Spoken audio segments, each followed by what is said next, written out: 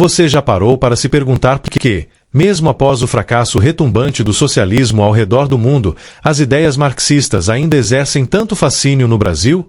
Como explicar que, diante de tantos exemplos históricos do desastre socialista, ainda haja tantos brasileiros que se agarram ao discurso da luta de classes, ao ódio aos ricos e à ilusão de que o Estado é o grande salvador?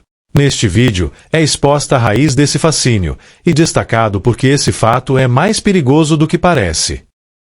Há uma guerra milenar em curso que quase nenhum brasileiro enxerga, um tabuleiro de xadrez invisível, onde reis e peões são movidos por mãos que poucos conseguem perceber.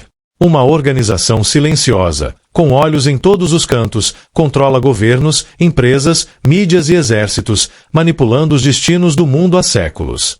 Essa entidade já decidiu quem deveria viver e quem deveria morrer. E continua, hoje, a comandar bastidores. Silencia vozes, apaga nomes e muda o curso da história com a mesma naturalidade com que muda de roupa. Para entender de onde tudo isso vem, não basta olhar apenas para a política. É preciso ir mais fundo, até a cultura que sustenta esse pensamento. Mais especificamente, a velha e silenciosa corrupção moral contra a riqueza, cultivada há séculos pela tradição católica. Na raiz do atraso brasileiro, não está apenas a política e a ignorância, está uma doutrina religiosa que, sob o disfarce da caridade, semeou uma visão distorcida de mundo. Uma teologia moral que condena a prosperidade, desconfia da riqueza, maldiz o mérito e exalta a pobreza como virtude. Uma filosofia social justiceira cósmica, que moldou gerações, demonizou o sucesso e transformou a culpa em ferramenta de controle. Em Mateus capítulo 20, versículos 1 ao 16, Jesus prega que todos são tratados igualmente no reino dos céus, como num trabalho onde todos os trabalhadores recebem a mesma quantia diária, independente de quantas horas cada um trabalhou naquele dia. Vamos mergulhar na ligação entre a doutrina da Igreja Católica, especialmente sua teologia social coletivista, e o discurso socialista no Brasil para entender como essa visão contribui para manter o país preso ao atraso econômico, à dependência estatal e ao ressentimento disfarçado de virtude. Considere a parábola do jardim estéril. Havia em um vasto reino tropical 2 jardins lado a lado. O primeiro era cuidado por um velho jardineiro chamado Mérito. Ele acreditava que cada planta deveria crescer conforme sua natureza, e que o sol, a água e o esforço eram suficientes para produzir frutos. Nesse jardim, algumas árvores davam mais frutos, outras menos, mas todas floresciam em liberdade. Era um lugar vibrante, cheio de cores, aromas e abundância. O segundo jardim era comandado por outro velho jardineiro chamado Caridade. Mas sua caridade era estranha. Ele não incentivava o crescimento das plantas, apenas podava as mais altas para que nenhuma parecesse melhor que as outras. Cobria o solo fértil com panos úmidos, dizendo que era para proteger os brotos frágeis. E quando uma planta mostrava vigor, ele a repreendia, dizia que era egoísmo querer crescer mais que as outras. Com o tempo, esse segundo jardim murchou. As plantas deixaram de competir, de crescer, de buscar o sol. Algumas passaram a viver da sombra das outras. Outras apenas esperavam a água cair do céu. E, mesmo com a terra fértil, a colheita desapareceu. Mas o jardineiro Caridade não se preocupava com os frutos. Ele estava satisfeito por ver todas as plantas igualmente pequenas. O povo do reino, acostumado a visitar esse jardim, começou a acreditar que a igualdade era mais importante do que a colheita, e que a culpa pelos frutos escassos era sempre dos que haviam ousado crescer demais. E assim, geração após geração, o jardim da estagnação passou a ser visto como moralmente superior ao jardim da prosperidade. A miséria virou sinal de virtude. O esforço, suspeita de pecado. O sucesso, uma ameaça. E o reino, encantado por essa doutrina, permaneceu preso no atraso, cultivando o ressentimento, esperando milagres do céu e chamando isso de justiça. A moral. Quando a virtude é medida pela pobreza e o mérito é punido como pecado, a colheita da miséria vira doutrina, e o atraso, tradição. Nietzsche dizia que o cristianismo criou a moral de escravos. Um sistema de valores onde a fraqueza é chamada de virtude, a resignação é louvada como fé, o ressentimento como santidade e os ressentidos, vítimas da sociedade. Na figura do cristão ideal, humilde, obediente, pobre e sofredor, criou-se um molde de personalidade que repudia o sucesso individual, rejeita a ambição e teme a liberdade. O brasileiro cresceu ouvindo que é mais fácil um camelo passar pelo buraco de uma agulha do que um rico entrar no reino dos céus. Mateus, capítulo 19. É mais fácil um camelo passar pelo buraco de uma agulha do que um rico entrar no reino dos céus. Que ser rico é pecado. Num país desigual como o Brasil, ser rico é pecado. Essas ideias não ficaram só nos púlpitos das igrejas. Elas moldaram o inconsciente coletivo, a moral popular, a forma como o povo vê o dinheiro, o sucesso e o mérito. Primeiro você pega um modelo, vamos usar aqui, eu vou falar de modelo inconsciente, né? O inconsciente coletivo brasileiro e o americano. Americano é o quê? Valores, protagonismo, independência, ganhar dinheiro é bom. No Brasil, se você tem sucesso é um crime. Né? O cara é humilde, o cara não é humilde. Foi nesse terreno já preparado, onde a riqueza é vista como pecado, que o discurso marxista, inspirado na doutrina católica, se instalou com facilidade. Para nós, o comunismo nasce com a Revolução Russa. Não, ele nasce muito antes. Ele nasce antes de Marx até. Né? Marx é que sintetizou as ideias. A ideologia socialista, com sua narrativa de opressor versus oprimido, nada mais fez do que atualizar o moralismo cristão católico tradicional em linguagem política. O patrão virou o novo pecador. O rico, o novo herege. O mercado, o novo demônio. E o Estado, o novo redentor do coletivo e dos fracos e oprimidos no capitalismo. Mas o ressentido moderno não se veste mais com batina. Ele usa camiseta vermelha e prega a igualdade, com a mesma intensidade moralista com que antes se pregava a salvação das almas. Ele não quer liberdade, quer nivelar por baixo. Não quer justiça, quer vingança. Não quer oportunidade, quer controle. Assim como a velha igreja moldava o povo para obedecer, os novos justiceiros sociais moldam o povo para depender do Estado, do partido, do bem maior coletivo. Aí você fala, não, mas tá fazendo maldade aqui, não, mas é para um bem maior. As tiranias sempre surgiram com um bem maior, né? O atraso socialista brasileiro é claramente de matriz católica. Ele ecoa, oculto no aparente, a moralidade do sacrifício individual em prol do coletivo difuso e do desprezo pelas conquistas individuais. A prosperidade e o sucesso pessoal são vistos com desconfiança, enquanto a pobreza é romantizada, como um símbolo de virtude, e a riqueza é demonizada. A desigualdade econômica, em vez de ser encarada como resultado de um processo dinâmico, é tratada como uma falha moral que deve ser corrigida à força, por meio de políticas de redistribuição de riqueza. Essa visão socialista, de matriz católica, cria uma narrativa de vilanização dos bem-sucedidos, desestimulando a inovação e a criação de riqueza. Empreendedores e investidores são pintados como exploradores, enquanto o Estado é visto como redentor, um justiceiro social do paraíso cósmico católico na Terra. É um plano Marshall às avessas, em que os mais pobres financiam os mais ricos. A ideia de que os pobres financiam os ricos inverte a lógica da produção e da troca voluntária em uma economia de mercado. Na realidade, os mais ricos só enriquecem de forma legítima ao oferecer bens e serviços que as pessoas, inclusive as mais pobres, escolhem comprar porque percebem valor neles. O lucro, nesse caso, não é fruto de exploração, mas de atender melhor às necessidades, interesses ou desejos da sociedade. Além disso, os chamados ricos são, em sua maioria, os que geram emprego, inovação e investimentos. É o capital acumulado por eles que financia máquinas, tecnologias, infraestrutura e salários. Os pobres não estão sustentando os ricos, estão participando de um sistema onde podem trabalhar, consumir e progredir justamente porque alguém arriscou, investiu e empreendeu antes. A desigualdade de riqueza, por si só, não é uma prova de injustiça ou exploração. Ela é o reflexo natural das diferenças de talentos, escolhas, preferências, níveis de risco assumido, produtividade, circunstâncias, oportunidades, sortes e azares. O que realmente importa não é se há desigualdade, mas se os pobres estão vivendo melhor ao longo do tempo. E, historicamente, em economias mais livres e desiguais, os pobres vivem muito melhor do que em regimes que tentam impor igualdade à força. Se fosse verdade que os pobres sustentam os ricos, países que expropriaram os ricos deveriam ter prosperado, mas o que se vê é o oposto: miséria, escassez e autoritarismo. Campos de golfe, mansões e carros milionários dignos de filmes de Hollywood. Essa é a vida do ditador Maduro e de seus amigos e aliados políticos na Venezuela.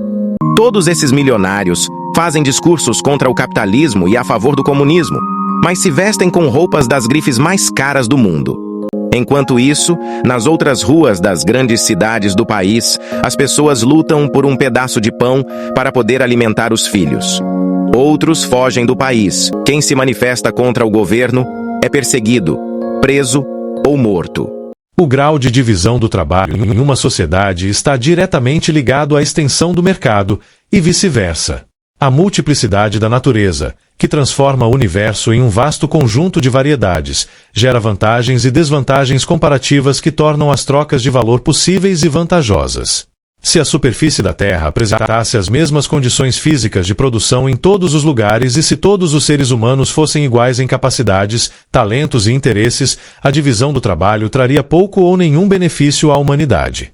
Ela se reduziria ao mínimo, e cada indivíduo viveria isolado, exceto nos raros casos em que necessidades urgentes e distintas tornassem a cooperação inadiável, obrigando escolhas sobre o que fazer ou deixar de fazer. Considere, por exemplo, um médico que também seja um excelente jardineiro. Ainda assim, ele poderia contratar um jardineiro para poder dedicar mais tempo à medicina, onde seu trabalho tem maior valor. Isso demonstra como a desigualdade natural entre os indivíduos e suas circunstâncias gera condições comparativas que incentivam a especialização e a cooperação. Ao produzir bens ou serviços para trocar com outros, cada pessoa coopera de forma mútua e voluntária. Esse processo, enraizado na realidade da desigualdade humana, é o que levou Adam Smith a afirmar que existe algo semelhante a uma mão invisível guiando os processos de troca, fazendo com que, ao buscar o próprio interesse, o indivíduo acabe promovendo o bem dos demais. A desigualdade salarial, a desigualdade de raça, a desigualdade de gênero, a desigualdade na educação, a desigualdade na saúde. Ou seja, nós estamos num mundo cada vez mais desigual e cada vez mais a riqueza está concentrada na mão de menos gente e a pobreza concentrada na mão de mais gente. Em um mundo perfeitamente igualitário, os homens viveriam como animais disputando ossos, em guerra constante, dominados pela escassez, pelo rancor e pela hostilidade. Esse paraíso idealizado pela doutrina católica resultaria em um inferno prático. Por outro lado, no mundo naturalmente desigual, a necessidade de cooperação por meio de trocas voluntárias, nas quais o ganho de um é o ganho do outro, abre espaço para o florescimento da empatia, da amizade e da convivência pacífica. É justamente essa sociedade livre, desigual e cooperativa que estabelece as bases para o verdadeiro desenvolvimento social, econômico e humano. No entanto, os seguidores, conscientes ou não, da doutrina social da Igreja Católica, além de questionarem a legitimidade da riqueza desigual fruto do trabalho e das trocas voluntárias, sustentam que o indivíduo não deveria ter o direito de transmitir seu patrimônio à própria família sem ser penalizado pelo Estado. Tudo isso é justificado por uma suposta justiça social, que, na prática, nada mais é do que um dogma católico disfarçado de moral pública. A tradição católica distorce a realidade e o uso da razão, fazendo os considerados em vantagem relativa serem vistos como exploradores dos considerados em desvantagem relativa, e como se a condição de ambos fosse estática, imutável. Considere a parábola da cidade das lanternas. Havia em tempos antigos uma cidade chamada Lanterna Alta, construída em um vale escuro, onde a luz era escassa e o frio reinava. Seus moradores viviam em penumbra, acendendo pequenas velas com grande esforço para iluminar seus lares. Um dia, um homem chamado Elísio descobriu como fabricar lanternas potentes, que iluminavam muito mais do que qualquer vela. Ele passou noites em claro, testando materiais, arriscando o pouco que tinha. Quando conseguiu, começou a vender suas lanternas para quem podia pagar. Com o tempo ficou muito rico. Sua casa era a mais iluminada de todas, visível de qualquer canto do vale. Muitos, ao verem a luz que saía de sua propriedade, começaram a murmurar: É injusto que ele tenha tanta luz enquanto vivemos no escuro. Se ele tem tanto, é porque nos tirou algo. A culpa da nossa escuridão é a riqueza dele. Essas vozes se multiplicaram, principalmente entre os anciãos da cidade, que diziam: A luz deveria ser igual para todos. Deus quer fraternidade, não desigualdade. Então os líderes, pressionados por esse clamor, criaram a lei da justiça da luz, inspirada nos sermões dos templos católicos. Essa lei dizia que nenhuma lanterna poderia ser mais brilhante que outra, e que toda a propriedade iluminada acima do nível moral da igualdade deveria ser taxada e redistribuída. As lanternas de Elísio foram confiscadas e apagadas, as fábricas foram fechadas, os projetos proibidos. A luz, agora controlada, era distribuída igualmente em pequenas porções a todos, iguais, porém, fracas, insuficientes. Com o tempo, a cidade mergulhou novamente na penumbra. Ninguém mais queria ou podia fabricar novas lanternas. A inovação cessou. Mas os pregadores da justiça da luz continuavam a repetir: A culpa da escuridão sempre foi dos que tinham demais. E assim, quanto mais a cidade empobrecia, mais aumentava o ódio contra quem ousasse brilhar. E quanto maior o ódio, mais severas eram as medidas para impedir qualquer nova luz. A pobreza alimentava a ideologia, e a ideologia reproduzia a pobreza. A cidade havia se tornado prisioneira de um paradoxo. Em nome da justiça igualitária cósmica católica, sufocava exatamente aquilo que poderia salvá-la: a moral. Quando a inveja veste a túnica da justiça, a luz da prosperidade é apagada, em nome da igualdade. Os sentimentos de cooperação são frutos de um regime social movido pelo instinto de sobrevivência, que surgiu e se fortalece justamente a partir da desigualdade em sentido amplo. Na hipótese da igualdade cósmica católica, cada humano necessitaria obter seus bens em uma independência autística, cujo resultado seria uma luta feroz para obter a posse dos bens escassos, pois nesse mundo do paraíso católico o ganho de utilidade, de bens úteis, por parte de cada humano, representaria o prejuízo de algum outro humano. Não haveria desenvolvimento econômico, social, humano e trocas voluntárias de valor. Estas ocorreriam de forma coercitiva, em suas variadas formas. Seria inevitável que este mundo perfeito, tão igual, fosse fortemente marcado pela violência e pela guerra perpétua. A verdadeira liberdade, aquela que exige responsabilidade, esforço, ambição e coragem, nunca foi compatível com a moral do ressentido, nem com a do cristianismo católico tradicional que amaldiçoa o rico, nem com a do socialista moderno que quer destruí-lo. Se o Brasil quiser, de fato, avançar, ele precisa romper com essa herança cultural que vê o sucesso como culpa e a riqueza como pecado. A estrutura tributária do Brasil católico, longe de ser um sistema racional, moral e equilibrado, tornou-se um reflexo de valores morais distorcidos. Influenciada por uma tradição cultural hostil à riqueza e marcada por um populismo fiscal corrosivo, a tributação passou a punir o mérito, sufocar a liberdade e premiar a dependência. O Estado, que deveria ser árbitro imparcial das relações entre os cidadãos, tornou-se um agente ideológico, interferindo nos destinos individuais sob o pretexto de justiça social. Eu estou definido de que o rico tem que ir para o imposto de renda e que o pobre tem que ir para o orçamento da União.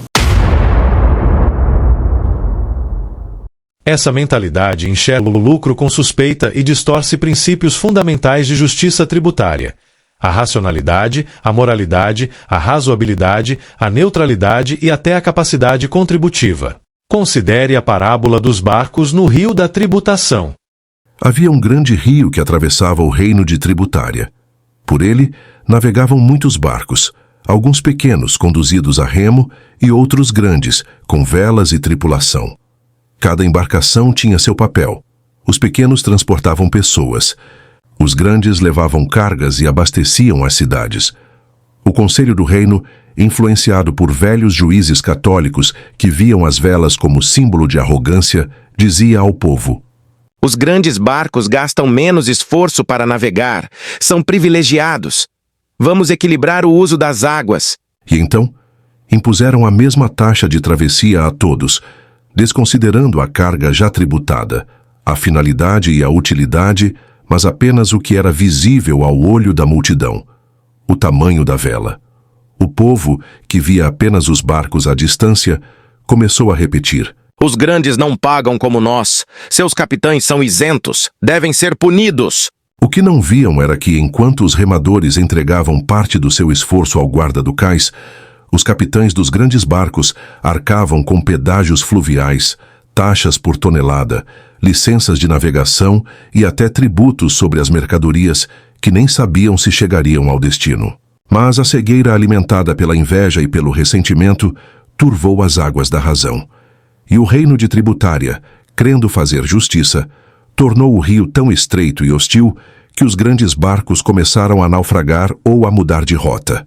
Com o tempo, o abastecimento rareou, e os remadores passaram a remar mais por menos. Ainda assim repetiam: A culpa é dos grandes barcos. A moral. Essa parábola ilustra como a incompreensão das diferentes naturezas entre trabalhadores e empresários, como pessoas físicas e jurídicas, leva a julgamentos errôneos e políticas nocivas, movidas por desinformação, inveja e ressentimento, causados e estimulados pela corrupção cultural católica. Dentro do arcabouço democrático, o princípio da igualdade perante a lei nasceu para resguardar a autodeterminação de cada indivíduo, o que exige reconhecer suas diferenças reais sem impor modelos morais ou finalidades coletivas contrárias à sua vontade, e sem desrespeitar o mérito individual justo. Nesse contexto, a igualdade jurídica atua como proteção da liberdade e do mérito pessoal contra arbitrariedades, sobretudo contra a tentação de governantes exigirem dos governados seus próprios valores e preferências. O país é esse que a gente está vivendo. Quando você vira presidente, você vira pai de todo mundo. No campo do direito tributário, esse princípio se revela ainda mais sensível.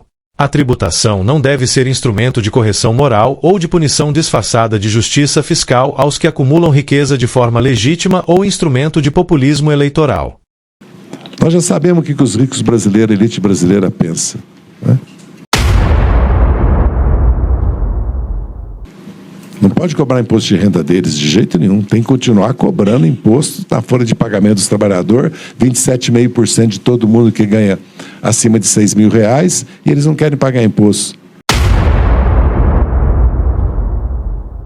A justiça fiscal, sob uma perspectiva democrática legítima, exige que o Estado trate os desiguais conforme suas reais condições, com igualdade perante a lei, e não com a parcialidade ideológica de uma igualdade isonômica inspirada na moral católica contrária à riqueza ou em impulsos populistas de revanchismo social. A história demonstra que a liberdade individual, o respeito às escolhas individuais e a recompensa ao mérito são fundamentais para a prosperidade de uma nação. No entanto, no Brasil, a influência da doutrina social católica distorceu o capitalismo, alimentando o ressentimento e a inveja que são incentivados e aproveitados na política e fora dela. O tributo sobre herança, sabe quanto é no Brasil? A alíquota média? 3,9%. Eu vou aumentar. A proposta que está tramitando, não há nenhuma providência de tributação mais progressiva sobre os grandes patrimônios e as rendas, que é o mais grave defeito do modelo tributário brasileiro. Ou lucros e dividendos empresariais. Eu não estou falando de cobrar da empresa trabalhando e produzindo, não. O lucro que sai da empresa para o bolso do empresário, eu vou cobrar.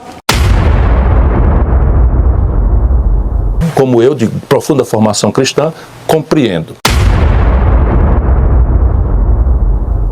A Constituição de 1824, no Brasil, obrigou que o povo brasileiro fosse católico. É papel do princípio da igualdade perante a lei na tributação proteger os governados da moralidade imposta pelos governantes. Isso significa preservar a própria essência da democracia, um sistema que respeita a autodeterminação dos indivíduos, a limitação do poder estatal ao indispensável e a supremacia das leis construídas sem coerção velada pela retórica justiceira e igualitarista católica. Você vê ali uma plateia escutando aquilo, não, é verdade, isso é isso. Mas é esse grupo, neste contexto de pureza, que está fazendo a coisa mais espúria possível. Está conduzindo o país à completa falência. O rótulo é bonito, mas ele atende a uma outra finalidade. Como consequência da corrupção cultural católica contra a riqueza, o Brasil é um país onde o sistema tributário é apresentado como um instrumento de justiça social, embora a prática claramente revele um profundo descompasso entre o discurso e a realidade. Sob o pretexto de uma suposta justiça fiscal de inspiração católica, o Estado brasileiro impõe medidas como a tributação progressiva da renda e o imposto sobre heranças, mecanismos que, embora travestidos de justiça, na prática punem o mérito, desencorajam a geração de riqueza, corroem os fundamentos da responsabilidade individual, alimentam a ineficiência e a corrupção na máquina pública e, no fim das contas, sabotam a própria prosperidade nacional.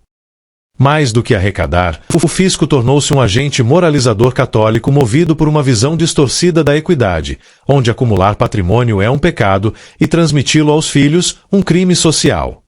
A narrativa dominante na política populista de viés católico celebra a taxação dos ricos como um ato de justiça, ignorando que, por trás de cada patrimônio legítimo, existe trabalho, renúncia, visão de longo prazo e muitas vezes gerações de esforço contínuo.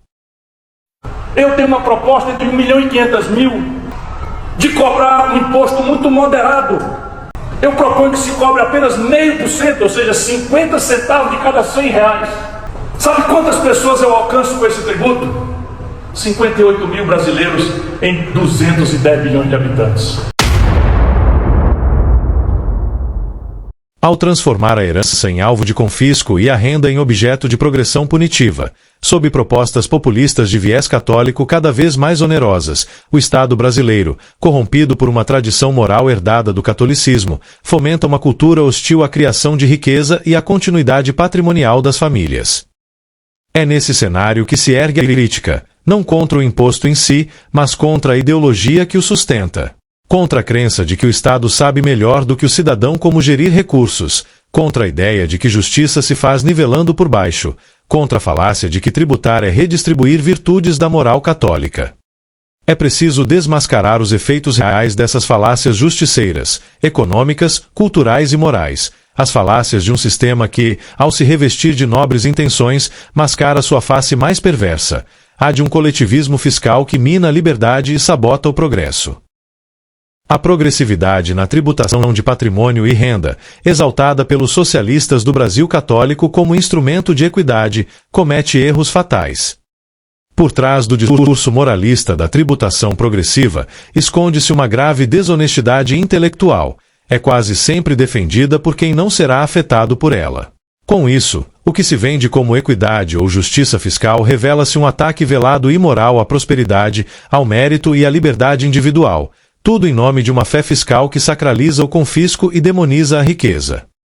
A progressividade tributária, quando defendida por quem não arca com seus efeitos, deixa de ser um princípio de justiça para se tornar um ato imoral, intelectualmente desonesto e politicamente conveniente, um ataque direto ao direito de autodeterminação individual, justamente nas suas expressões mais desiguais e autênticas. Trata-se de uma militância fiscal travestida de virtude. Esse mecanismo não apenas distorce a noção de justiça, como legitima a perseguição fiscal ao sucesso, à produtividade e à responsabilidade patrimonial. A retórica da igualdade isonômica é usada como escudo para políticas que objetivam punir justamente aqueles que sustentam a economia e o progresso do país. Vou propor um imposto sobre grandes fortunas de 0,5% a 1,5% sobre os patrimônios na pessoa física maiores do que 20 milhões de reais. Tu declara um patrimônio de 3 milhões e tal, e já falou várias vezes... Que eu não tenho, tá? Considere a parábola do banquete e os pratos pesados. Havia numa terra chamada Igualândia um banquete público realizado todos os meses, onde cada cidadão trazia seu prato para compartilhar.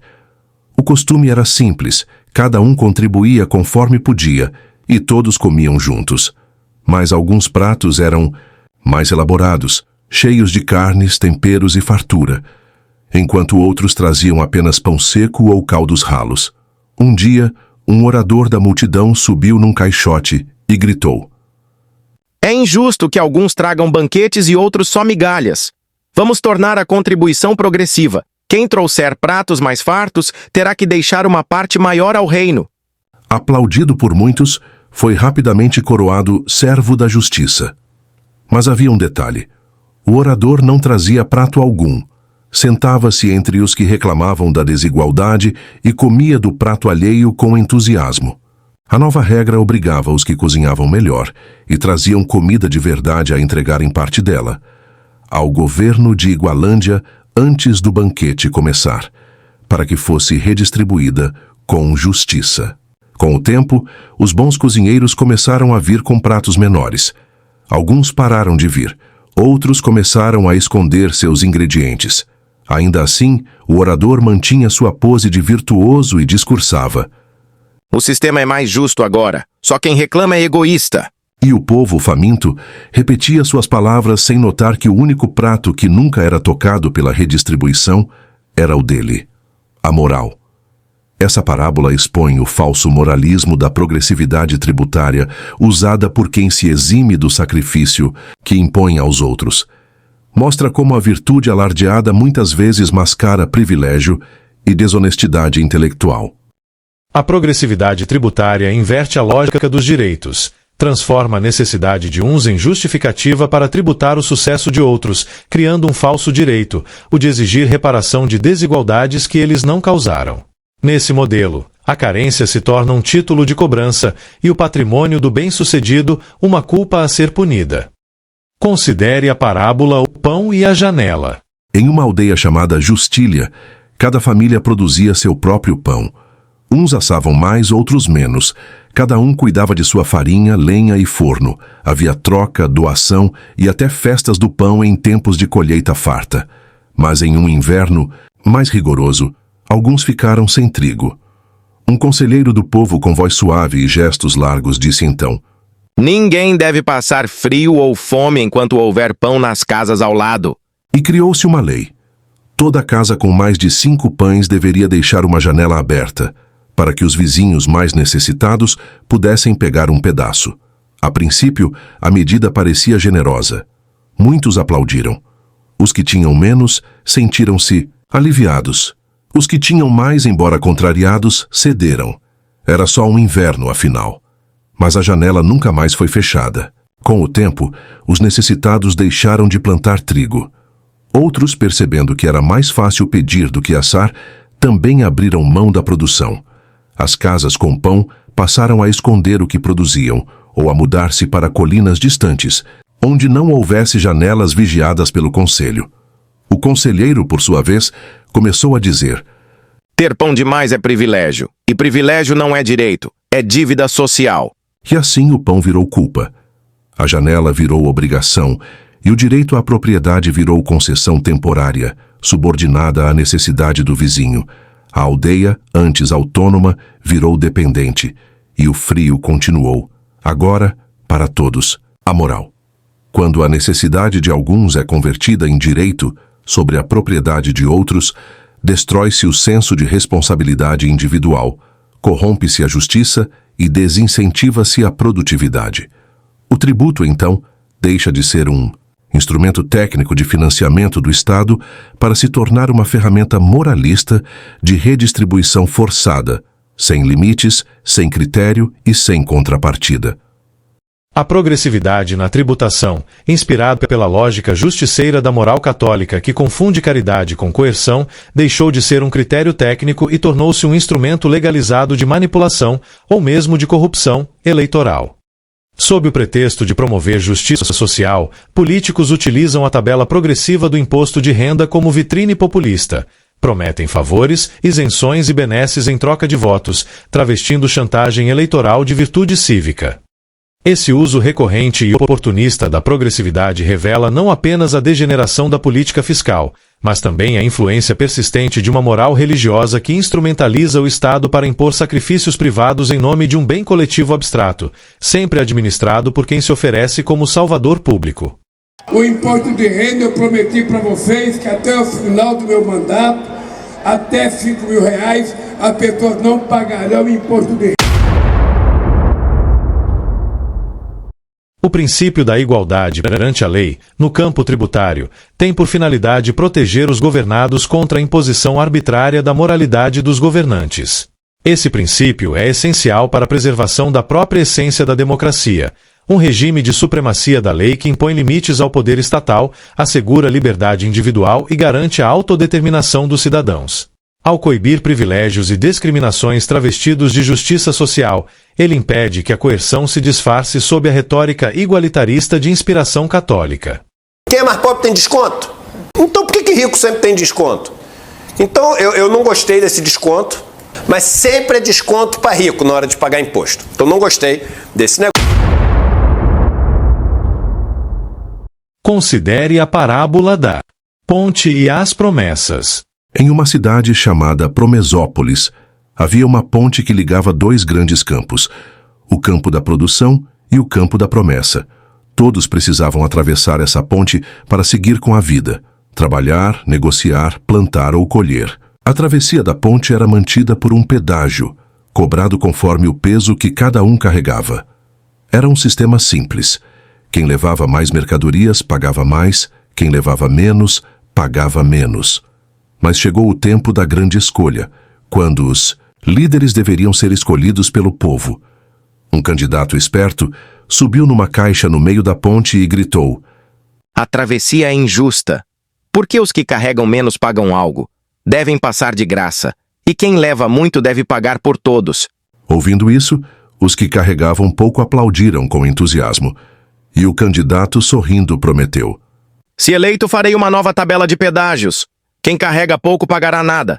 Quem carrega muito pagará mais. Afinal, eles aguentam." E como esses que aguentavam eram minoria, o candidato venceu com folga. Logo os pedágios foram reajustados. Os carregadores leves passavam sorrindo, orgulhosos do governo justo. Já os que sustentavam a economia, trazendo mantimentos e ferramentas, passaram a pagar tributos pesados, mesmo sem usar mais a ponte que os outros. Com o tempo, começaram a carregar menos, a evitar a travessia ou a mudar-se para outras margens do rio. A ponte ficou vazia, o campo da promessa escasso. Mas o candidato, agora líder, apareceu de novo na praça, dizendo: "A culpa é dos que cruzaram a ponte com muito peso no passado. Mais justiça será feita na próxima eleição." E os que recebiam isenções, sem perceber o esvaziamento dos recursos, continuaram votando nele. A moral. Quando o Estado usa a tributação desigual como ferramenta para comprar votos com promessas de isenção e favores, o custo recai sobre os que sustentam a ponte até que ela racha. A justiça então torna-se apenas um slogan eleitoral mascarado de solidariedade. A igualdade perante a lei na tributação objetiva impedir que o Estado deixe de ser um juiz imparcial e se transforme em um tutor moralista. Em vez de garantir regras iguais para os desiguais em suas desiguais condições e respeitar a liberdade e a autodeterminação individual, o Estado brasileiro católico passou a agir como um tutor ideológico.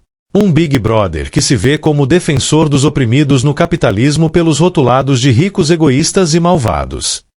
E a política brasileira, ela ainda não é calcada sobre fatos, verdades, e o fisiologismo e ideologia ainda são dominantes para uma parcela expressiva ainda da população.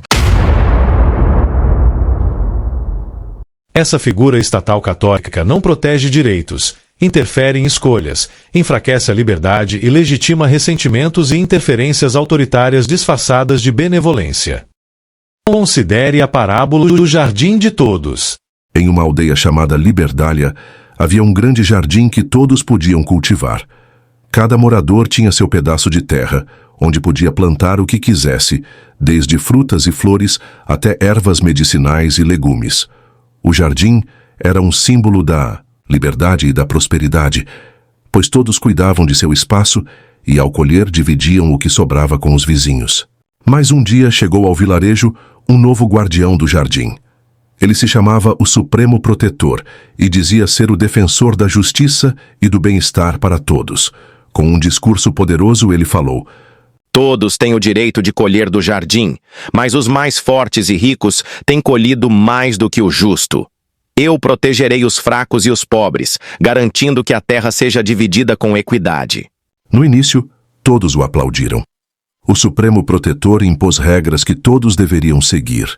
Uns ganhavam mais espaço, outros mais recursos, e o trabalho no jardim começou a ser supervisionado. Mas logo, o que parecia ser um cuidado com a equidade se transformou em uma vigilância constante. O Supremo Protetor dizia a todos o que plantar, como plantar e até onde poderiam ir para colher. Quem colhe mais que o necessário deve dividir com os outros, ou será punido. As sementes escolhidas eram limitadas. As árvores frutíferas que antes cresciam livremente começaram a ser podadas, e as flores, antes livres para se espalharem, começaram a crescer todas uniformemente, sem variedade. Os moradores começaram a perceber que, embora o Supremo Protetor afirmasse estar defendendo os direitos dos mais fracos, ele estava, na verdade, enfraquecendo a liberdade de escolher, de plantar e de colher. Aqueles que antes prosperavam com sua própria dedicação começaram a ver suas colheitas diminuírem. Já os mais fracos, que antes conseguiam se sustentar com seus próprios esforços, viam sua autonomia sendo tirada em nome de um bem comum, que, no fundo, só servia para alimentar o controle do guardião. Quando alguém reclamava, o Supremo Protetor respondia: Eu sei o que é melhor para todos. Se você se sente injustiçado, talvez seja porque não entende o que é bom para a aldeia como um todo. O seu egoísmo é um obstáculo ao progresso coletivo. O jardim, antes um símbolo de liberdade e de escolhas individuais, agora estava repleto de árvores podadas, colheitas desiguais e uma vigilância constante. O Supremo Protetor, que se dizia defensor dos fracos, na verdade impunha um sistema autoritário, onde todos eram controlados em nome da justiça, mas com a liberdade enfraquecida. A moral.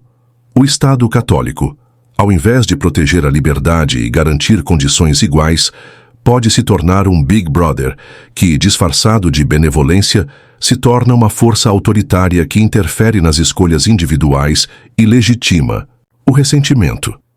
Quando o Estado se traveste de benevolente para impor justiça, não protege a liberdade, apenas a substitui por controle e ressentimento. No fim, a verdadeira igualdade e a liberdade são sacrificadas em nome de um controle, disfarçado de justiça. A distorção moral católica contra a riqueza atinge seu ápice na tributação de heranças. O princípio da capacidade contributiva do herdeiro e a liquidez do espólio são completamente ignorados.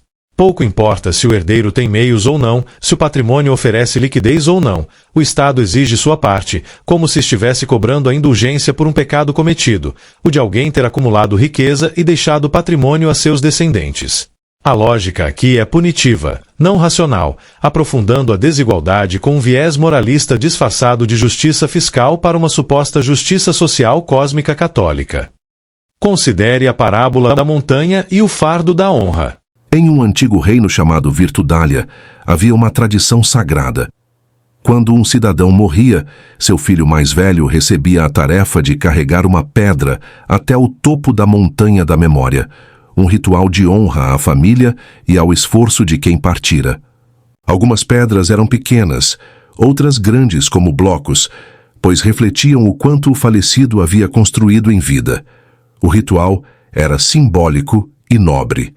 A montanha, repleta de pedras empilhadas por gerações, contava a história de esforço, sacrifício e construção silenciosa. Mas certo dia, os sacerdotes da humildade e da justiça cósmica, vestidos com túnicas de ouro e diamantes, anunciaram uma nova doutrina. Nem todos têm pedras para carregar. Logo, quem as recebe deve pagar pelo privilégio. A herança é um sinal de culpa moral. E assim, decretaram que cada filho deveria pagar um tributo proporcional ao tamanho da pedra herdada, não à sua força, nem à sua condição. Se não tivesse ouro para pagar, deveria vender parte da pedra, mesmo que ela fosse indivisível. Caso não conseguisse, a pedra seria confiscada em nome da igualdade. Alguns filhos fracos e pobres ajoelhavam diante de blocos imensos, sem poder erguê-los nem vendê-los. Outros, mesmo fortes, se viam obrigados a entregar metade da pedra aos sacerdotes antes mesmo de subir a montanha. O povo, iludido pela retórica da justiça celestial, aplaudia. Que nenhum herdeiro carregue mais que o filho do nada. Com o tempo, a montanha deixou de crescer. As pedras sumiam nos cofres dos templos, sobretudo as mais valiosas com esculturas artísticas valorosas. Os pais, desanimados, pararam de talhar pedras. Os filhos, envergonhados, temiam herdá-las. E os sacerdotes, cada vez mais ricos, repetiam solenemente: Foi pelo bem da igualdade. A moral. Essa parábola expõe a irracionalidade e o moralismo punitivo que deformam a tributação, transformando o que deveria ser um direito legítimo, a continuidade familiar e patrimonial, em algo tratado como culpa ou pecado a ser, redimido com tributo. Na moral tributária do ressentimento, herdar não é um direito, é um pecado que o Estado redime com impostos. No Brasil moldado pela cultura católica, o povo aceita passivamente uma carga tributária crescente, mesmo diante do colapso da saúde pública, do sucateamento das escolas públicas, da ineficiência dos gastos públicos e da corrupção endêmica. O relatório internacional, que é o World Justice Project, WJP, vocês podem pesquisar. Ele tem apontado vários índices mundiais com relação ao Estado de Direito, separação de poderes, defesa dos direitos individuais, justiça independente, legislativo honesto. Acredite se quiser, nesse relatório tem 2 índices péssimos. Nós temos um dos piores judiciários do mundo e nós temos um dos legislativos mais corruptos do mundo. Então aí você junta isso com um executivo que hoje está sendo ocupado por um grupo que não é idôneo, para dizer o mínimo, né? Você junta isso com um judiciário que não é isento, com um legislativo que é corrupto. É a tempestade perfeita para você ter uma ditadura completamente criminosa dominando o país todo. A riqueza lícita é percebida como culpa. Reclamar é visto, no mínimo, como egoísmo, quase um crime. A culpa é sempre atribuída aos ricos e à desigualdade econômica, jamais à ineficiência dos gastos públicos ou à corrupção sistêmica. A corrupção cultural de raiz católica gerou 2 distorções fatais: o populismo fiscal e a ilusão da gratuidade. Vai, salta o Bolsa, Bolsa Família, Bolsa Família, Bolsa Família, Bolsa Família, obrigada, linda! Bolsa Família! 25 anos nós recebemos Bolsa Família! É a idade do meu filho, Natan! E aí, ó? A justiça social do paraíso cósmico católico transformou-se, na Terra Brasil, em um populismo distributivo insustentável. O Estado banca gratuidades e assistencialismos por 2 caminhos perversos: a tributação confiscatória e o endividamento público descontrolado. Mas tudo o que o governo dá com uma mão, toma com a outra, por meio de tributação sufocante, inflação, queda de produtividade, redução de investimentos e fuga de capitais. O povo, iludido, paga a conta da própria servidão. Considere a parábola do poço e dos baldes iguais. Em um vilarejo chamado Esperança Justa, havia um poço profundo que fornecia água para todos. A água, porém, não brotava sozinha. Era preciso cavar, manter as roldanas, limpar os canos e bombear com esforço constante. 3 grupos cuidavam do poço: os que cavavam, os que mantinham os mecanismos e os que distribuíam a água. Certo dia, um novo ancião católico chegou à praça e disse: É injusto que uns tenham mais água que outros. A justiça verdadeira exige que ninguém precise cavar para beber. A multidão aplaudiu. O ancião então criou uma nova regra. A água seria distribuída com baldes iguais para todos, sem esforço. Mas como o poço não aumentava sua produção, ele passou a tirar baldes extras dos que ainda cavavam, dizendo: Eles têm mais porque sempre tiveram. Devem devolver à comunidade. E como ainda faltava água, o ancião construiu um balde mágico que pegava a água do futuro. Chamou isso de solidariedade a prazo. No começo, o povo festejou. Havia água para todos, Mas logo, os que cavavam se cansaram. Outros foram embora. Os mecanismos se desgastaram, e o balde mágico começou a enferrujar e a vazar. A água ficou turva, mais rara e mais cara. Mesmo assim, o ancião continuava dizendo: A culpa é dos que cavaram demais no passado. E o povo, cheio de ignorância, seguia acreditando. A moral.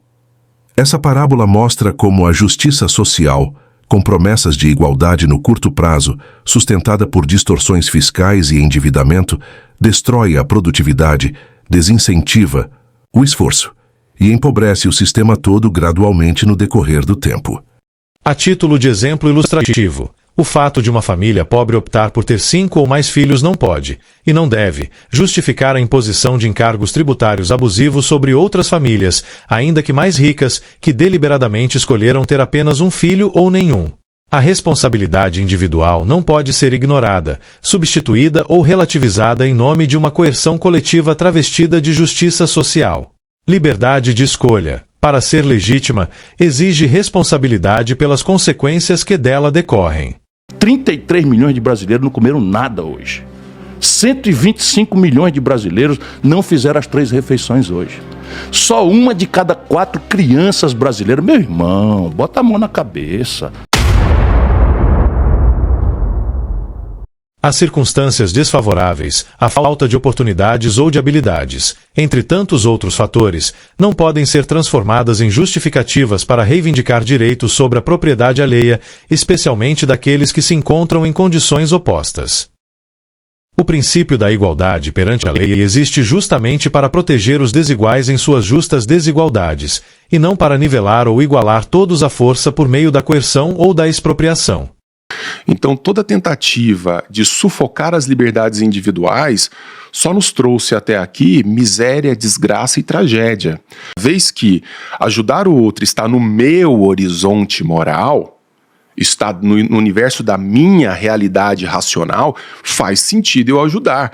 Mas não porque eu devo, é porque eu decidi ajudar. A moral católica, que condena a desigualdade, especialmente a econômica, entra em choque direto com os fundamentos do mercado livre, da liberdade, do mérito e da autodeterminação individual. Ao contrário do que sugere essa visão moralista e anacrônica, o dinheiro não é um privilégio, é uma consequência. No mundo contemporâneo, ele não surge de guerras, saques, pilhagens ou trabalho escravo, mas da troca voluntária de valor dentro de um sistema sustentado pela liberdade de escolha. O preço de um produto não é imposto por ninguém, surge da tensão natural entre quem deseja vender mais caro e quem busca pagar menos.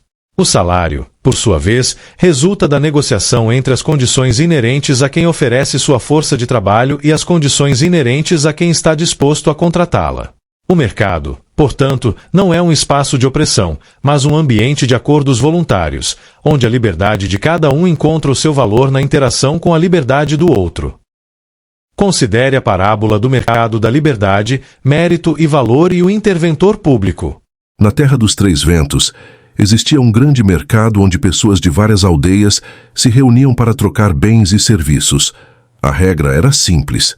Cada um oferecia algo que tinha em abundância e, em troca, recebia o que precisava. A cada troca, o valor acordado não era uma imposição, mas um consenso, um acordo voluntário.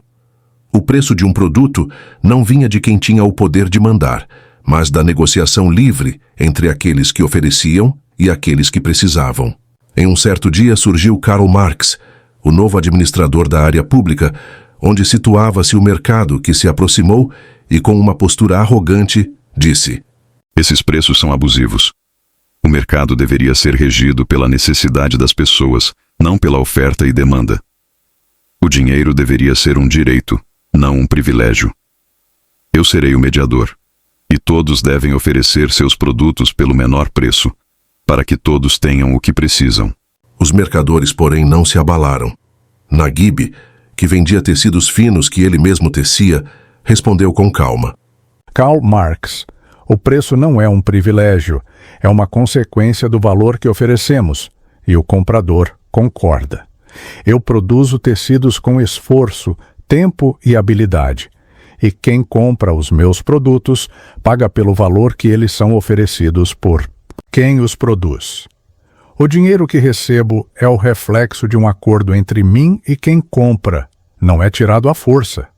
O mercado, de fato, é um lugar de trocas voluntárias, não de imposições. Ana, a vendedora de frutas, também acrescentou. Eu vendo minhas frutas porque elas têm valor para quem compra, e o dinheiro que recebo é o reflexo do esforço que faço para cultivá-las. Não é uma opressão. É a troca livre de valor. Se o dinheiro fosse um privilégio, os consumidores seriam obrigados a aceitar qualquer preço que impuséssemos. Mas não é isso que acontece. O mercado funciona porque é baseado na liberdade de escolha em ambiente de concorrência. Karl Marx, sem compreender, tentou forçar um preço único para todos. Mas logo os compradores e vendedores começaram a perceber que suas escolhas estavam sendo limitadas e que a variedade de mercadorias estava diminuindo. Com o tempo, o mercado perdeu sua dinâmica e muitos comerciantes, incapazes de vender por um preço justo, abandonaram suas barracas. Ao final, os aldeões entenderam que o mercado só poderia prosperar quando o preço fosse o reflexo da livre troca e não de imposições externas. A moral. O dinheiro não é um privilégio, mas o resultado de trocas livres e voluntárias. O preço de um bem ou serviço é uma consequência das negociações entre quem oferece e quem procura. O mercado é um campo de acordos e não de opressões, onde a liberdade de escolha de ambos os lados cria o equilíbrio necessário para que todos se beneficiem. Quando o preço é regulado, o valor da liberdade é apagado. A economia não é uma ciência moral, mas empírica. Ela deve ser neutra, não ideológica. Ela deve se basear em fatos e resultados empíricos. Sua moralidade está nos efeitos que produz: crescimento, desenvolvimento, bem-estar. Ela não busca a bondade, mas o desenvolvimento mensurável. E esse desenvolvimento não pode ser entregue por políticas personalizadas, mas por condições gerais favoráveis à ação individual, onde cada um, com seus talentos, escolhas, sortes, azares, circunstâncias favoráveis e desfavoráveis, colherá resultados diferentes. E é essa diferença de resultados que simboliza uma sociedade livre e que se espera prosperar, e não há submetida a regras de igualdade artificial. A desigualdade dá origem à divisão de tarefas, que, por sua vez, gera utilidade individual, ou seja, valor prático atribuído a um bem ou serviço por cada indivíduo. Esse valor, por sua vez, não é objetivo nem imposto. Nasce da livre importância que cada pessoa confere ao uso ou ao fim de um bem no contexto de suas próprias necessidades.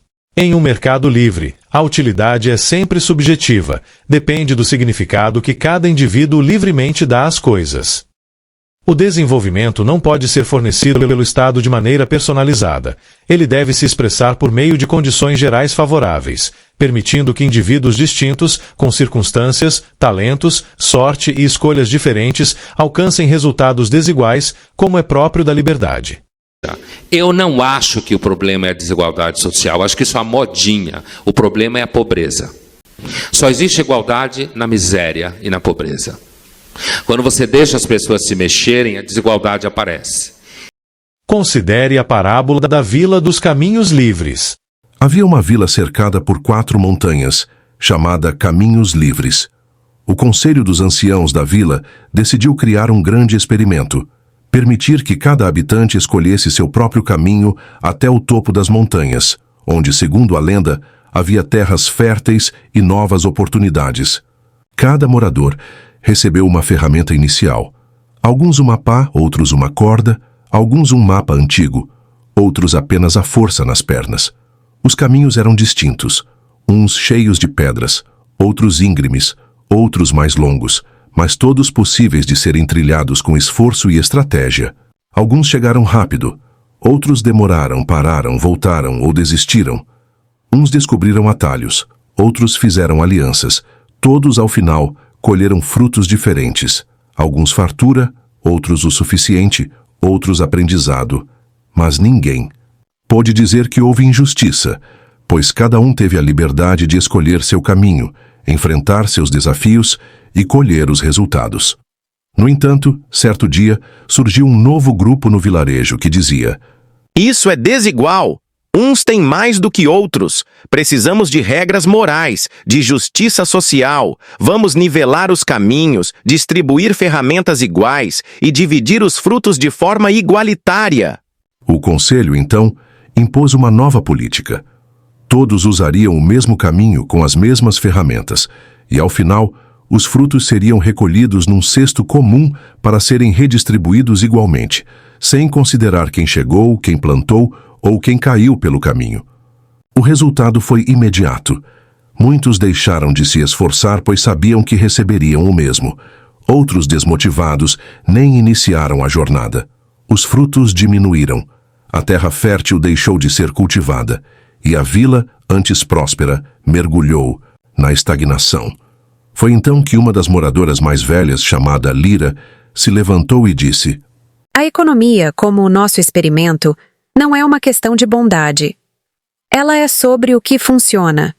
Ela não mede intenções, mas resultados. E os melhores resultados vêm quando cada um é livre para agir, criar e assumir riscos. A verdadeira justiça está na liberdade de tentar e no respeito às individualidades, à autodeterminação, não na garantia de um final igual ou feliz para todos. O Conselho refletiu, e aos poucos restabeleceu os caminhos livres, e com eles a prosperidade retornou. A moral. A economia deve ser regida por fatos e resultados, não por intenções morais. O nivelamento artificial, em nome de uma moral igualitária, sufoca a iniciativa e empobrece a todos. A liberdade de ação individual, com seus diferentes propósitos, riscos, circunstâncias, oportunidades, sortes e azares, gera diferenças, sim, mas são essas diferenças que produzem e simbolizam uma sociedade livre, dinâmica e próspera. No Brasil de raízes católicas, pobreza e desigualdade são exploradas como instrumentos de manipulação para justificar o aumento de impostos. Em vez de cortar desperdícios, eliminar privilégios, rever gastos ineficientes e enxugar sua estrutura inchada, o Estado transfere o peso de sua incompetência para o contribuinte produtivo. Tributa mais sem jamais corrigir os próprios excessos, penaliza a produtividade, sufoca a iniciativa privada e mina a economia real. E o povo, entorpecido pelo sono moralista dogmático católico, aceita. Muitos se sentem culpados por qualquer sinal de prosperidade. Outros, por não se verem diretamente afetados, endossam o discurso de que os mais prósperos são, por natureza, devedores morais da coletividade. Essa lógica perversa transforma mérito em culpa e sucesso em pecado, exatamente como convém a um Estado voraz e moralista, sustentado por uma cultura que venera a pobreza e desconfia da riqueza. Esses dados foram divulgados nesta sexta-feira pelo Banco Central no seu relatório de estatísticas fiscais. Esses dados mostram que o setor público registrou um rombo trilionário nos últimos 12 meses. Então, e o governo, como você disse, gastou a mais do que arrecadou 1.128 bilhões de reais. O dinheiro não pertence ao governo, mas ao cidadão que o gera com esforço. A disciplina fiscal é um dever ético do governante. Administrar com responsabilidade é uma forma de honrar o sacrifício de quem paga impostos. Cortes de gastos, especialmente nos excessos e mordomias, demonstram respeito ao contribuinte e sobriedade no exercício do poder, ao contrário da voracidade arrecadatória que sustenta ineficiência, corrupção e comodismo estatal. Considere a parábola da caravana e o camelo. Em um vasto deserto, uma caravana partia todos os anos em busca de mercadorias, comércio e progresso. A caravana era guiada por um ancião chamado Calil, que organizava as rotas, decidia o destino e cuidava do transporte, feito em fortes camelos. Cada aldeão podia levar seus produtos na viagem: tecidos, joias, alimentos, ferramentas, e em troca entregava a Calil uma parte dos lucros, como pagamento pelo uso do camelo e da rota segura. Era justo. Sem o camelo e o planejamento, a travessia seria impossível. Mas com o tempo, o camelo de Calil começou a carregar mais do que os produtos dos aldeões. Ele passou a encher o animal com itens pessoais: almofadas de seda, instrumentos de ouro, tendas luxuosas, criados particulares e até um trono desmontável para descansar durante o trajeto. O camelo, sobrecarregado, começou a andar mais devagar. Alguns produtos dos aldeões tiveram que ser deixados para trás. As trocas na outra cidade renderam menos. E quando reclamaram, Kalil disse: Precisamos de mais ouro para garantir o sucesso da viagem. A solução é simples. Aumentem suas contribuições. Os aldeões protestaram. Mas o camelo está pesado demais por sua culpa. Por que não tira o que é desnecessário antes de nos cobrar mais? Kalil, com orgulho ferido, respondeu: O camelo é meu. Faça o que quero com ele. Mas um dos aldeões, chamado Ibrahim, se levantou e falou em voz firme: Não. O camelo carrega nossa produção. Ele existe para servir a caravana, e não para servir só a você. O peso extra que você colocou prejudica a todos. A solução não é tirar mais de nós, mas aliviar o fardo do camelo. A caravana se dividiu. Aqueles que seguiram com Kalil chegaram exaustos, pobres e com poucos produtos. Já os que seguiram com Ibrahim, que alugaram camelos mais leves e reduziram os luxos, prosperaram. A moral: antes de pedir mais dos que produzem, o Estado deve primeiro reduzir o peso que ele mesmo impõe. A arrecadação deve ser consequência da eficiência, não da incompetência.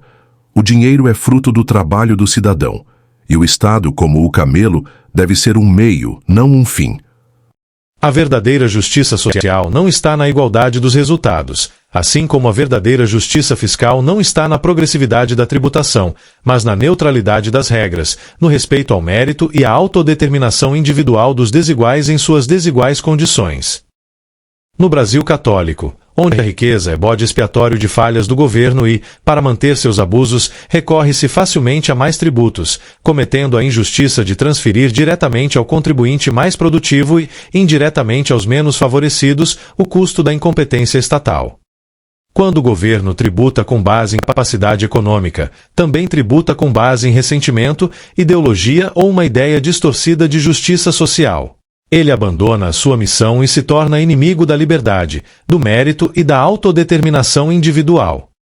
Não é tributando abusivamente quem prospera que se eleva quem tem menos, mas removendo os obstáculos para que todos possam tentar, com liberdade, responsabilidade e igualdade perante a lei. Mas esse negócio de nivelar é você tirar a força do forte para poder engrandecer. Em vez de você dar força pro fraco desenvolver, não. Você rebaixa o forte. 2 pesos, 2 mundos. Considere as distintas realidades.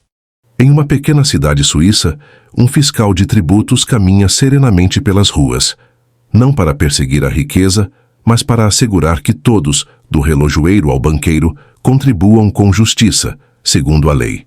Ali, o sucesso não é punido e o fracasso não é premiado. A regra é simples e firme como o granito dos Alpes. Todos, embora desiguais em resultados, são tratados com igualdade perante a lei, sem ajustes morais, sem privilégios compensatórios, sem distorções inspiradas por justiça social de matriz católica. Nesse lugar, o Estado não mede virtudes. Apenas exige honestidade recíproca. Aquele pacto silencioso onde quem trabalha, prospera e paga, o faz com a certeza de que o vizinho também faz o mesmo. Não há caridade imposta por decreto, nem impostos progressivos que penalizem a ambição. A prosperidade é vista como mérito, não como ameaça. Distante dali, o cenário é outro. No Brasil de alma católica, o sistema tributário tornou-se uma cruz, não uma balança. Inspirado mais pelo púlpito do ressentimento do que pela razão da justiça, os políticos se arvoram no direito de julgar o quanto cada um deveria ter e de tomar em nome dos necessitados o que nunca pertenceu a eles. A progressividade do imposto virou penitência moral. Quanto mais se conquista, mais se deve pagar pelo pecado de prosperar. No lugar da igualdade, reina o critério subjetivo da compaixão seletiva, onde o rico é presumido culpado e o pobre canonizado. A justiça tributária foi substituída por uma liturgia da culpa, uma herança do catolicismo colonial que confunde virtude com sacrifício alheio. Enquanto nos países prósperos, o Estado apenas serve e os cidadãos apenas pagam, sabendo que não serão punidos por serem bons demais no que fazem. No Brasil católico, a administração fazendária não quer apenas arrecadar, quer punir e redimir, como se fosse um sacerdote da moral econômica. No Brasil, de raízes católicas profundas, é fácil embalar causas perversas com rótulos de nobreza e virtude. A democracia se curva à vontade de uma maioria ingênua, educada por uma cultura que demoniza a riqueza e é facilmente manipulada, na política e fora dela, por oportunistas, que exploram, consciente ou inconscientemente, essa mentalidade católica corrompida contra a riqueza. A desigualdade, tratada como pecado, a raiz de todos os males, torna-se pretexto para enganar e punir o sucesso. E o que sempre foi colhido dessa falsa justiça social é somente mais poder e riqueza concentrados no Estado, mais pobreza, mais ineficiência, mais corrupção e nenhuma justiça. O pobre paga mais imposto no Brasil do que o rico, porque o imposto no Brasil é muito concentrado em consumo, e o pobre gasta toda a sua renda em consumo, o rico não. A desigualdade, tratada como pecado, vira pretexto para enganar e punir o sucesso. O resultado sempre foi mais poder estatal, mais pobreza, ineficiência, corrupção e nenhuma justiça. O trabalhador, incauto e sob o torpor do sono dogmático católico, só enxerga o imposto no olerite. O empresário, embora pague muito mais, sangra em silêncio, esmagado por um sistema opaco e voraz. A diferença real não está na aparência imediata, mas na percepção, que depende do conhecimento, e no quanto ela pode enganar.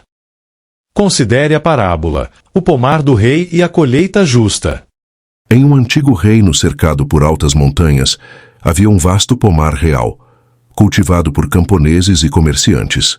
O rei, influenciado por monges católicos que pregavam que o acúmulo de frutos era sinal de ganância, decretou que todos deveriam entregar sua colheita ao palácio, independentemente de quanto tivessem produzido.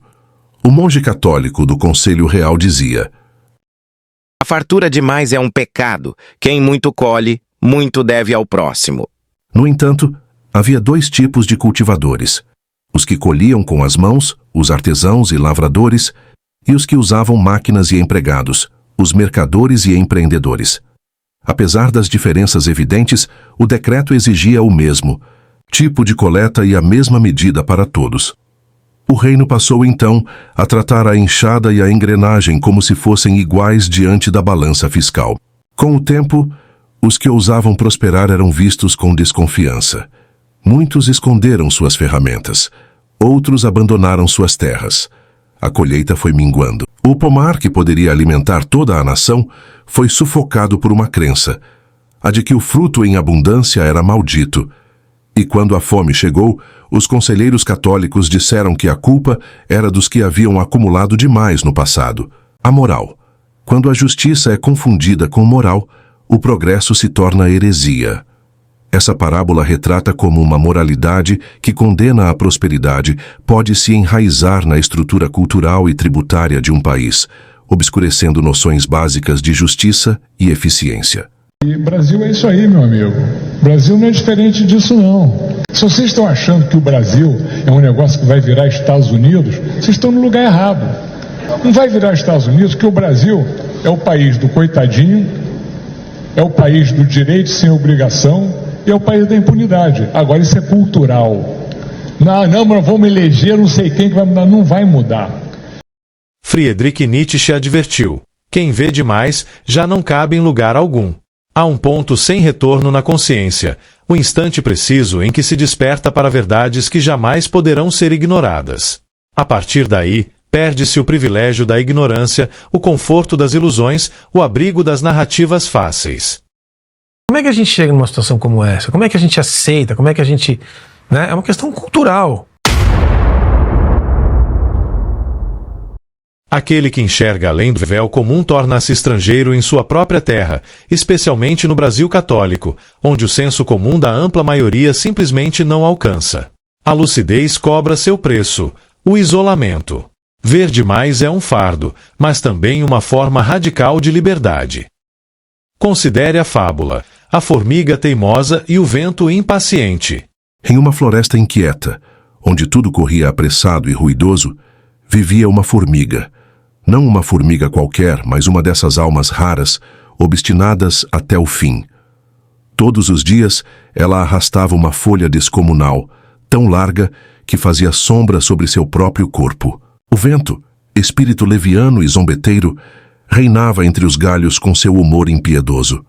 Soprava com força, derrubava ninhos, espalhava sementes e se divertia escarnecendo da formiga que seguia incansável com sua carga. Ah, formiguinha obtusa, por que se martiriza com esse fardo inútil? Larga essa folha ridícula e vem gozar da leveza do agora. Gargalhava o vento, sacudindo as árvores com desprezo. A formiga, sem se abalar, fitava o horizonte e respondia com serenidade. Cada folha que levo é um degrau rumo ao meu inverno sem fome. Não carrego por vaidade, carrego por prudência.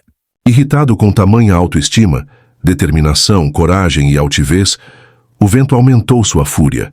Soprou tempestades, arrancou folhas, virou caminhos, tentou de todas as formas dobrar a pequena criatura, mas a formiga, mesmo ferida e com as patas cansadas, recolhia os pedaços, refazia a jornada e recomeçava. Sempre, dia após dia. Quando o inverno chegou, frio, silencioso e impiedoso, a floresta emudeceu.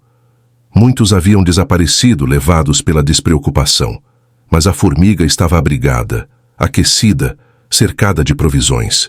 Cada folha, cada recusa em desistir, havia sido um investimento na sobrevivência. O vento, agora contido, só podia observar. Percebeu, enfim, que há vontades que nem a fúria dos céus consegue quebrar. Mas nem tudo são flores para os que triunfam.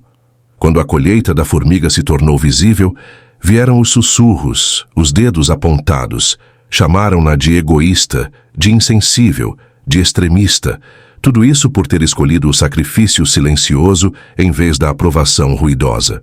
A moral. A persistência verdadeira não grita nem exibe, ela constrói. E ao final os que vencem por mérito próprio ainda são julgados por quem prefere o abrigo da desculpa ao fardo da ação. E você? Quer justiça ou quer alimentar a vingança travestida de igualdade, a inveja disfarçada de virtude? Quer liberdade de verdade ou prefere a submissão confortável embalada em discursos de solidariedade forçada? O tempo da ambiguidade, do centrão covarde e do politicamente correto desonesto precisa acabar.